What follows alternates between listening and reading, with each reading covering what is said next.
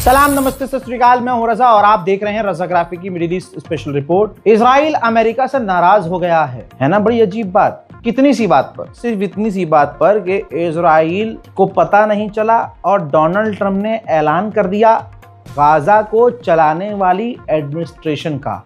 उन तमाम लोगों के, अमरीकियों के नाम जारी कर दिए जो गाजा को चलाएंगे, गाजा की जो एडमिनिस्ट्रेशन है वो चलाएंगे। आपके सामने चंद नाम हैं। बड़ी बात यह है कि दूसरा नाम डोनाल्ड ट्रंप के दामाद का है। Steve Witkoff, Jared Kushner, minister Hakan Fidan, Ali Al Thawadi, general Hasan Rashad, sir Tony Blair, Mark Rowan, minister Reem Al Hashimy, Nickolay Mladenov, Yakir Gabay, Sigrid काग। हजरात, इसमें जो मुसलमान नाम आपको सुनाई दे रहे हैं ना, वो खुद अमरीकी ही हैं। मुसलमान नाम पे मत जाइएगा। और हजरात, इसमें जो मिनिस्टर्स हैं, जब डोनाल्ड ट्रंप का दामाद है, पैसे वाला है, तो यानी आप समझ सकते हैं कि एक तरह से गाजा को बेचा जा रहा है। ट्रंप ने ऐलान कर दिया कि भाई ये चलाएंगे। अब दिक्कत यह है कि इजराइल इसलिए भड़का। आपकी स्क्रीन पर ये देखिए, इजराइल का विरोध है। इजराइल ने विरोध जताया कि भैया ये जो लिस्ट जारी की गई है, ये देखिए नेतन्याहू के दफ्तर का ट्वीट है। दफ्तर से ट्वीट करवाया गया है कि भाई जो डोनाल्ड ट्रंप ने, अमेरिका ने ऐलान किया है, ये हमसे पूछा ही नहीं, खुद ऐलान किया है और अभी इस बारे में हम अमेरिकी गवर्नमेंट से बात कर रहे हैं। तो दोस्तों, ये तो सगा जो इजराइल अमेरिका के ही टुकड़े पर जी रहा है, वो भी जब देख रहा है कि अगला आदमी खुद ऐलान कर रहा है, तुरंत भड़क जा रहा है, सोशल मीडिया पर लिख रहा है और ऊपर बात भी कर रहा है ट्रंप की गवर्नमेंट से कि भाई ऐसे कैसे। और एक फलाने देश का फलाना प्रधानमंत्री है, समझ रहे हैं, उसके देश में सीजफायर होता है तो ये ट्रंप ऐलान करता है और अगला विरोध भी नहीं करता है। और ट्रंप कहता है रूस से तेल लेना बंद कर दो, बंद कर देता है अगला फलाना प्रधानमंत्री। अमेरिका कहता है कि तुम जो है ब्रिक्स की जो युद्ध अभ्यास ब्रिक्स का हो रहा है उसमें मत जाना, तो अगले देश का प्रधानमंत्री नहीं जाता है। नहीं जाएंगे पापा, नहीं जाएंगे। और ये एक इजराइल है जो अमेरिका के टुकड़े पर पल रहा है और चौड़े में कह रहा, हाँ जी ऐलान आपने कर दिया, ऐसे कैसे कर दिया, हमसे तो पूछा ही नहीं। इजिप्ट की राजधानी कैरो का ये वीडियो है आपकी स्क्रीन पर, जहाँ मीटिंग हो रही है। ये वही मीटिंग है जो इसमें वो लोग हैं ज़्यादातर जो गाजा को अब चलाएंगे। ट्रंप ने इन्हीं को अपॉइंट किया है गाजा को चलाने के लिए। गाजा को चलाने के लिए कई देशों से बात करने के लिए ट्रंप ने बहुत सारे देशों को इनवाइट किया है। कई देशों के प्रधानमंत्री, राष्ट्रपति और विदेश मंत्री भी आएंगे। मजेदार और बड़ी बात यह है कि तुर्की को भी इनवाइट किया है, रजब तैयब एर्दोगान भी होंगे और अर्जेंटीना के राष्ट्रपति को भी इनवाइट किया गया है। हजरात, उधर गाजा पे इजराइल के लगातार हमले, लगातार तबाही जारी है। बहुत सारी मीडिया है, अब मीडिया का ध्यान इधर नहीं है, लेकिन मेरा आपसे हमेशा वादा होता है कि मैं आपको गाजा फिलिस्तीन का अपडेट देता रहूंगा। आपको पता है, जब यूट्यूब मैंने शुरू किया था तो सबसे पहला जो बवाल हुआ था, जो जंग हुई थी, जो हमला इजराइल ने किया था, वो फिलिस्तीन पर किया था। और मैंने फिलिस्तीन पर इतने अपडेट दिए थे कि गोदी मीडिया हमारी वीडियो से ही अपडेट ले रहा था। उस दिन कसम खाई थी कि क्योंकि जब इंसान कहीं की रिपोर्टिंग करता है तो उसे ज़्यादा पता होता है, वो ज़्यादा चीज़ों को महसूस करता है। तो जब बारीकियाँ, जब मैं खुद फ़िलिस्तीन को इतना नहीं जानता था, लेकिन जब मैंने रिपोर्ट करना शुरू किया और रिपोर्टिंग के दौरान जब उनके तमाम दुख मैं फील कर रहा था, समझ रहा था, तभी मैंने कसम खा लिया था कि भैया चैनल चले ना चले, ये चैनल रहे या दूसरा रहे, फ़िलिस्तीन पर अपडेट मैं देता रहूँगा, लोग देखे या ना देखे। कुछ काम इंसान को अपने कब्र के लिए भी करने चाहिए। हजरात, इजराइल अभी भी गाजा पर क्या तबाही मचा रहा है, एक मंजर।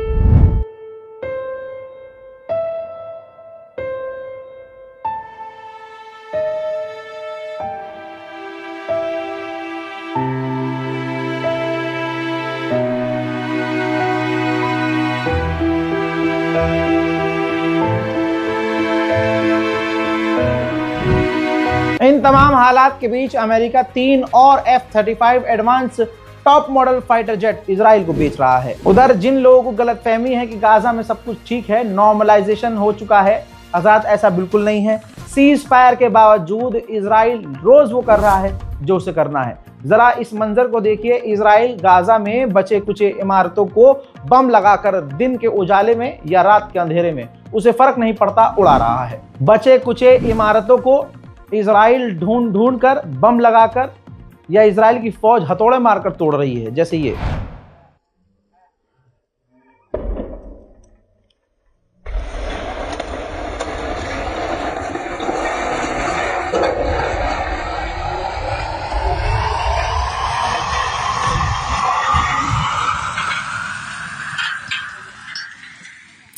यूएन ने कहा है कि गाजा के अंदर 60 मिलियन टन मलबा है, जिसे सिर्फ हटाने में, मलबा हटाने में 7 साल लगेंगे। उधर गाजा पर किसी का दिल पिघल थोड़ी ना रहा है। 27 दिन का बच्चा जो अभी 27 दिन का हुआ था, ठंड की वजह से मारा गया है। उस मां के दिल का हाल पूछो जिसकी गोद में उसका बच्चा ठंड से मारा गया। उसको ठंड से बचाने के लिए एक तड़पती हुई मां के पास कुछ नहीं है। अल्लाह अकबर। मां हम सबकी है। जरा सोचिए, आपको जरा सी चोट लग जाती है तो मां तड़प जाती है, और उस मां का आप दर्द समझिए, जिस मां को पता है कि मेरे बच्चे को ठंड लग रही है, लेकिन उसको उड़ाने के लिए, पहनाने के लिए गर्म कपड़े नहीं है। 27 दिन का बच्चा ठंड से ठिठुर के मर गया। बात यह है कि ये कौन सा सीज फायर है, आपको पता है? सीज फायर के बावजूद 449 यानी लगभग 450 फिलिस्तीनियों को इजराइल कत्ल कर चुका है। ये सीज फायर है। उधर अमेरिका ने इजराइल को $3.3 बिलियन की एड अप्रूव कर दी है। एड मतलब $3.3 बिलियन के हथियार एक बार फिर से अमेरिका इजराइल को देने वाला है। आपको एक मैं GIF के जरिए समझाऊंगा कि जो येलो लाइन इजराइल ने खींची थी, उसको फिर से धीरे धीरे, आदत है उसकी ना कब्जा करने की, गाजा के अंदर बढ़ा दिया दूसरे इलाके में। जरा ये तस्वीर देखिए, पहले येलो लाइन पीछे थी, फिर उस येलो लाइन के उसने आगे बढ़ा लिया है, और लेफ्ट टू राइट आप देखिए भाई, पूरी तरह से अच्छे खासे इलाके पर आगे अंदर घुसकर कब्जा कर लिया। ये लगातार इजराइल धीरे धीरे ये कर रहा है। इजराइल, गाजा, फिलिस्तीन हर जगह गोलीबारी कर रहा है। गोलीबारी में एक फिलिस्तीनी जो गाजा में मौजूद थे, उनकी मौत हो गई है, कई घायल हैं। बमबारी की आवाज भी गाजा में आ रही है। एक अमेरिकी संस्था है वो इजराइल की, लेकिन अमेरिका में है। उस संस्था का आदमी पता है कितनी डरावनी बात कर रहा है। उस इजरायली व्यक्ति ने कहा है, हमारी एजेंसी 24 घंटे 7 दिन, हर मिनट, हर घंटे, हर second social media, videos, post, element, crypto currency, text, article, हम हर चीज पर नजर रख रहे हैं कि कौन कौन इजराइल के खिलाफ है, और जो भी इजराइल के खिलाफ है उसकी हम जानकारी इकट्ठा करके CIA को सौंप रहे हैं। अब सोचिए, अगर इजराइल, अल्लाह ना करे, हमारे मुल्क में ये काम करने लगे तो हमारे मुल्क के लिए, किसी भी मुल्क की सिक्योरिटी के लिए, नेशनल सिक्योरिटी के लिए कितना बड़ा खतरा है। और खासकर फलाने देश का प्रधानमंत्री जो मियाओ मंत्री है, ट्रंप जो कहता है नाचना शुरू कर देते हैं उसके सामने। डमरू, वो डमरू बजाएगा और नाचेगा भी खुद ही। बताइए, ये है इजराइल और इजराइल की एजेंसियां। उधर फिलिस्तीन के रामल्ला में 14 फिलिस्तीनी मकान और लगभग 6000 पेड़ों को काटने का हुक्म दिया है। भाई, ये तो फिलिस्तीन के इलाके हैं मेन, तो फिलिस्तीन के शहरों पर कब्जा हो रहा है इजराइल का। कमाल ये है कि अरब देखिए चुपचाप देख रहे हैं। ऐसा लग नहीं रहा आपको कि इन अरबों ने फिलिस्तीन को, इजराइल को बेच दिया हो? वेस्ट बैंक में एक 14 साल के बच्चे को रेड के दौरान इजराइल ने कत्ल कर दिया है। भाई, हर दिन इजराइल कत्ल कर रहा है, और इनके हिसाब से ईरान आवाम पर जुल्म कर रहा था। थू थू थू। इजराइल की गवर्नमेंट छोड़िए, इजराइल के जो सेटलर्स हैं वो भी रोज फिलिस्तीनियों पर, वेस्ट बैंक पर हमला कर रहे हैं जाकर।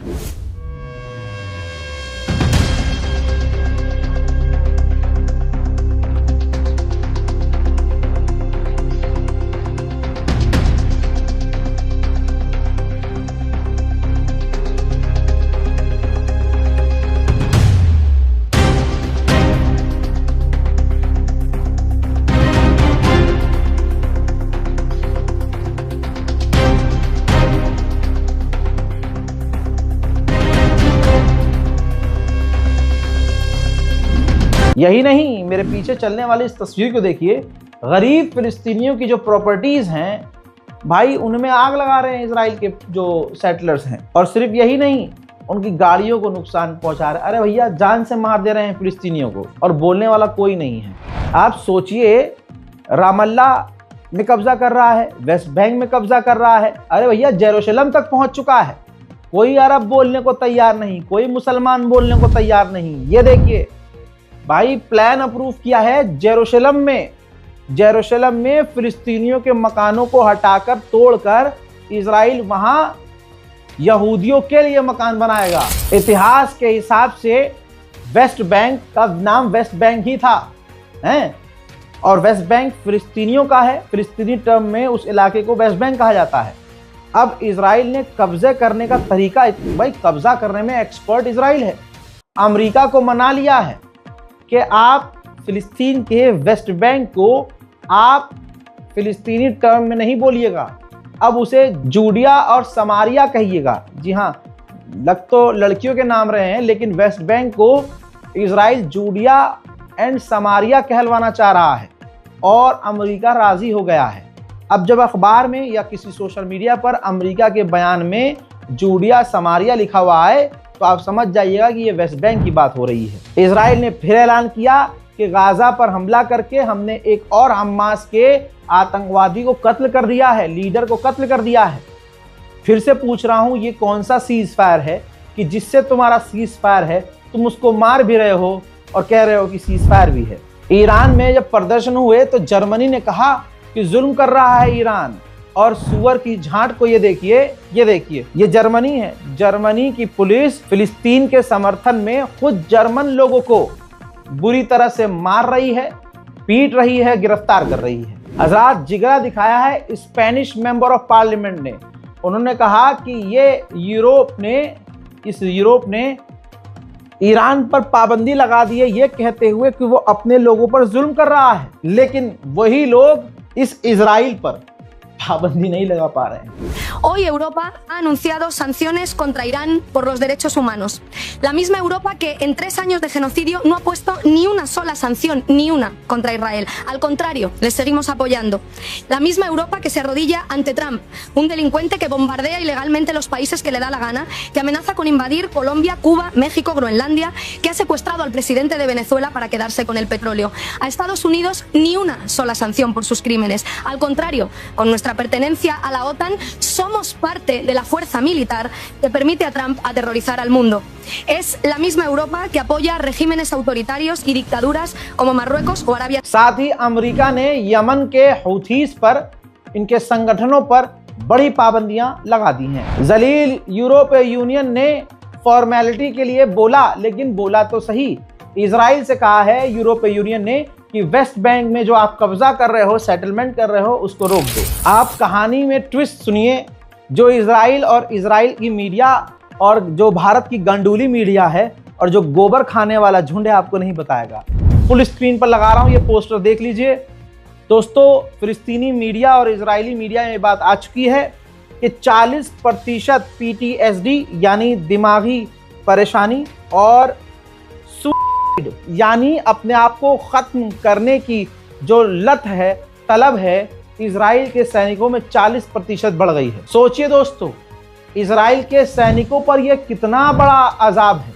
ये लानत नहीं तो क्या है, ये अजाब नहीं तो क्या है। ससुरे, बिना लड़े 40% इजराइल की फौज अपने आप को खत्म करने की तलाश में है कि बस हम अपने आप निमट जाएं। ये कहते हैं भाई गैब से आई ताकत। उधर बेंजीवीर तो खुद मूत रहा है ट्रंप के मुंह में। पता है क्या कहा है उसने कि जो पैनल ट्रंप ने बनाया है गाजा को चलाने का, हम उसको तोड़ दें और दोबारा से गाजा पर बमबारी और हमले शुरू कर दें। हजरात, इजराइलियों का प्लान क्या है दुनिया नहीं समझ पा रही है। अर्जेंटीना में इजरायली व्यक्ति IDF ने, इजराइल के फौज के जवान ने आग लगा दी और अर्जेंटीना का पूरा जंगल फूंक दिया और अभी भी अर्जेंटीना में आग लगी हुई है। लेकिन जब अर्जेंटीना इजराइल का चूतड़ चाटता आया है तो वो कैसे इजराइल के खिलाफ बोल देगा। लेकिन ये बात मीडिया में आ गई है। वहीं भाई साहब, अर्जेंटीना के बाद अब चिली की पुलिस ने, फौज ने एक इजरायली नागरिक को पकड़ा है। चिली ने इजरायली नागरिक को, जो वहां के नेशनल पार्क में आग लगाने की कोशिश कर रहा था। यह है इजराइल। और हमारे भारत के अंदर आप जाइए गोवा में, आप जाइए उत्तराखंड में, आप जाइए मसूरी उसूरी, आप देखिए अलग अलग इनके इलाके हैं सेपरेट, जहां पर भारतीय नहीं जा सकते और ये आकर पूरे साल पड़े रहते हैं। वहां गाजा में और पूरी दुनिया में तबाही मचा रहे हैं और भारत में आकर मजे ले रहे हैं अलग अलग जगह जाके। समझ रहे हैं? भारत के लिए आने वाले समय में खतरा नहीं है। अब भारत के जो गोबर वाले झुंड हैं वो कहेंगे इजराइल तो हमारा दोस्त है। अरे अर्जेंटीना से बड़े दोस्त हो सकते हो तुम इजराइल के। अर्जेंटीना का जो राष्ट्रपति है वो खुद यहूदी है। अर्जेंटीना की आवाम आधे से ज्यादा यहूदी है।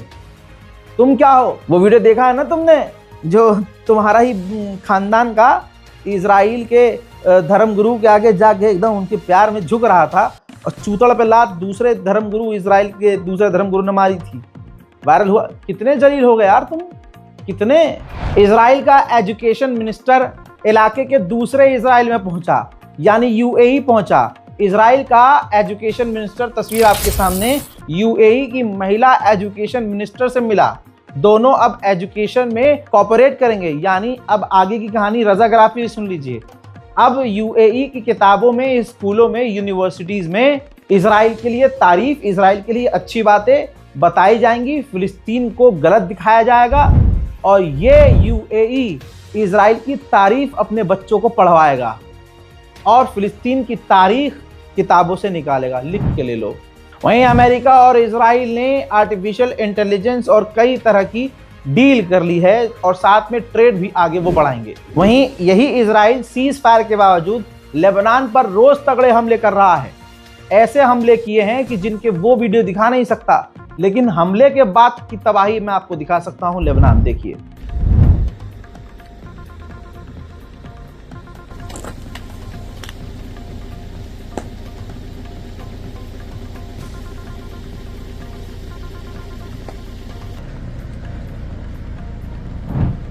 यूएई कितने हरामीपन पर है ये आपको बेहतरीन तरीके से समझ में आ चुका है। बेवकूफ तो आप बिल्कुल नहीं है अगर हमारी वीडियो यहां तक देख रहे हैं। ठीक, अब सऊदी अरब की गवर्नमेंट क्या कर रही है? सऊदी अरब, सोमालिया, इजिप्ट मिलकर ये ग्रुप बना रहे हैं ताकि साथ में काम करें और इलाके में यूएई जो सऊदी अरब को कमजोर करने की चाहत रखता है, यूएई की प्लानिंग को फेल कर दिया जाए। मैं ऐलान करता हूं, मोहम्मद बिन सलमान कैसा भी हो, मैं ऐलान करता हूं सऊदी अरब जैसा भी हो, मैं इस वक्त क्लियर कट कह रहा हूं कि इस मामले में, इस स्पेसिफिक मामले में मैं सऊदी अरब के गवर्नमेंट के साथ हूं। क्यों? क्योंकि यूएई नंगा होकर इजराइल का साथ दे रहा है और इलाके में सऊदी की ताकत को कमजोर करने की कोशिश कर रहा है, सऊदी को नीचा दिखाने की कोशिश कर रहा है।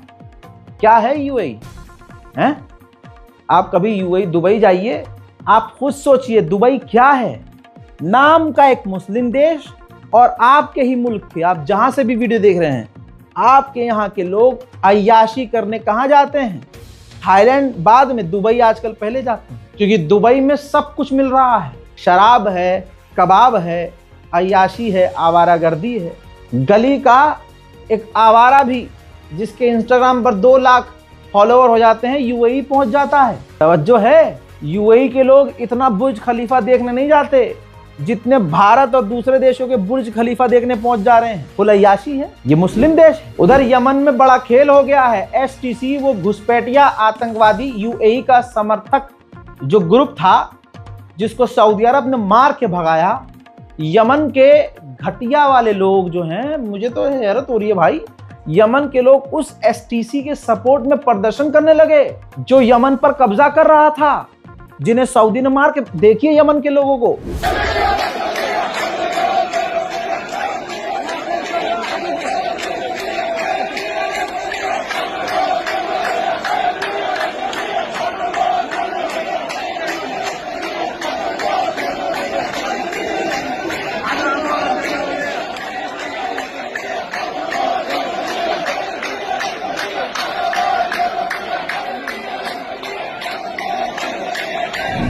देख लिया? ये जाहिर सी बात है इन प्रदर्शनकारियों के पीछे भी लिख के ले लीजिए, यूएई निकलेगा। जैसे ईरान में सीआईए था ना प्रदर्शन के पीछे और मुसाद था, यहां पर यूएई होगा पीछे इनके। हजरात बड़ी खबर सुनिए, ईरान से बिना थप्पड़ खाए थप्पड़ का दर्द महसूस कर रहा है ट्रंप। इसी ट्रंप सरकार ने इराक के अंदर ऐन अल असद नाम का जो बेस था, एयरबेस अमेरिका का, उस ऐन अल असद बेस को अमेरिका ने खाली करके इराक को सौंप दिया। अमेरिका ही, आप मजा लीजिए, आप देखिए, अमेरिका ही सीरिया के अंदर जोलानी को लेके आया। दुनिया ने कहा चलो मुसलमान आ गया, बशर अल असद तो बहुत ही बुरा था, सुअर था, इसलिए लोगों को चुपता था। जोलानी आया तो लोगों को लगा हमारा खलीफा आ गया। नौजुबिल्ला, खलीफा भाई गोबर से भी बुरी औकात है उसकी। दुनिया को पता है किस किस संगठन में उसने काम किया। अमेरिका ने खुद उस पर billions of dollar, millions of dollar का इनाम रखा था। अब हुआ क्या है, ताजी सुनिए।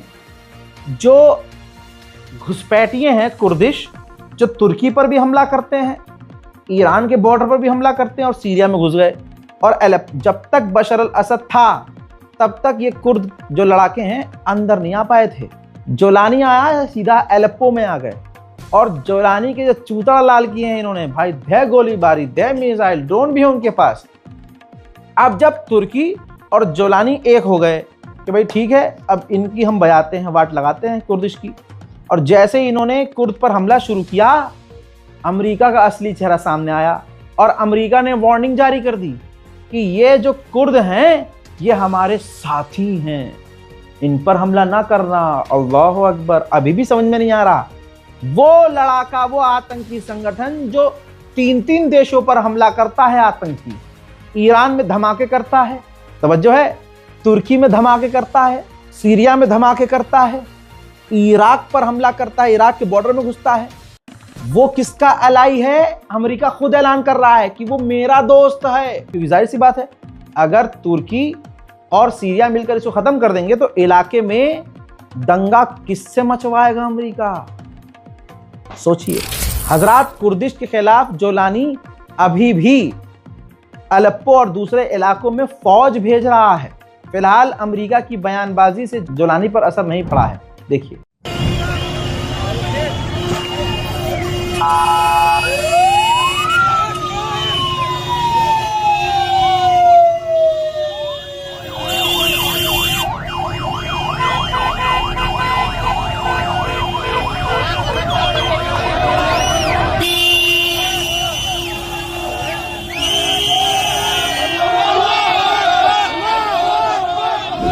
उधर जोलानी की फौज इस कुर्द के आतंकवादी संगठन के ऊपर MLRS भी दाग रहा है।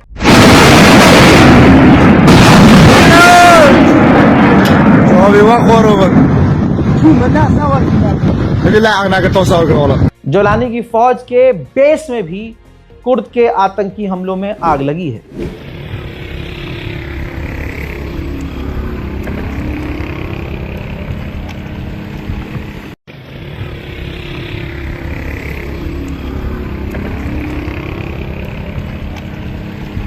अमेरिका के जो ऑफिशियल्स हैं, फौज है, उनको दस्त लग गए हैं, वार्निंग जारी की है, कहा है कि जोलानी की फौज को तुर्की सपोर्ट कर रहा है, हथियार दे रहा है। यही तो वजह है दोस्तों, अब ये कुर्द जो आतंकी संगठन है ये पिट रहा है जोलानी से, तकलीफ हो रही है। अब सोचिए, एक वो संगठन जो आसपास के देशों पर हमला करता है, अमेरिका की गवर्नमेंट उसको बचाने के लिए आ गई। ये देखिए, सेंटोम मिडिल ईस्ट की फौज के कमांड की तरफ से मांग की गई है कि कुर्द के ऊपर, कुर्दिश के ऊपर हमला जोलानी ना करे। समझे आप खेल कितना खतरनाक है? याद रखिए, कुर्द आतंकी संगठन है, दंगा करने वाले। जब तक बशर अल असद था और ईरान की जो टुकड़ियां और लड़ाके इस सीरिया में मौजूद थे, कुर्द भाई सिर्फ बाहर गेट तक रहते थे। अब वो अलेप्पो में है, अमेरिका सपोर्ट कर रहा है, और कितने सबूत चाहिए आपको? अब उन लोगों से सवाल करूंगा मैं, जब जोलानी आया था तो भारत के मुसलमान कह रहे थे क्या रे यार, अब शांति, अब सीरिया में अमन आएगा भाई, अब बड़े डेवलपमेंट। कद्दू डेवलपमेंट भाई, और खतरनाक सिविल वॉर हो गई। जोलानी तुर्की के साथ मिलकर इस कुर्द से लड़ रहा है और कुर्द की तरफ से अमेरिका ने भी अपनी फौज सीरिया में भेज दी है।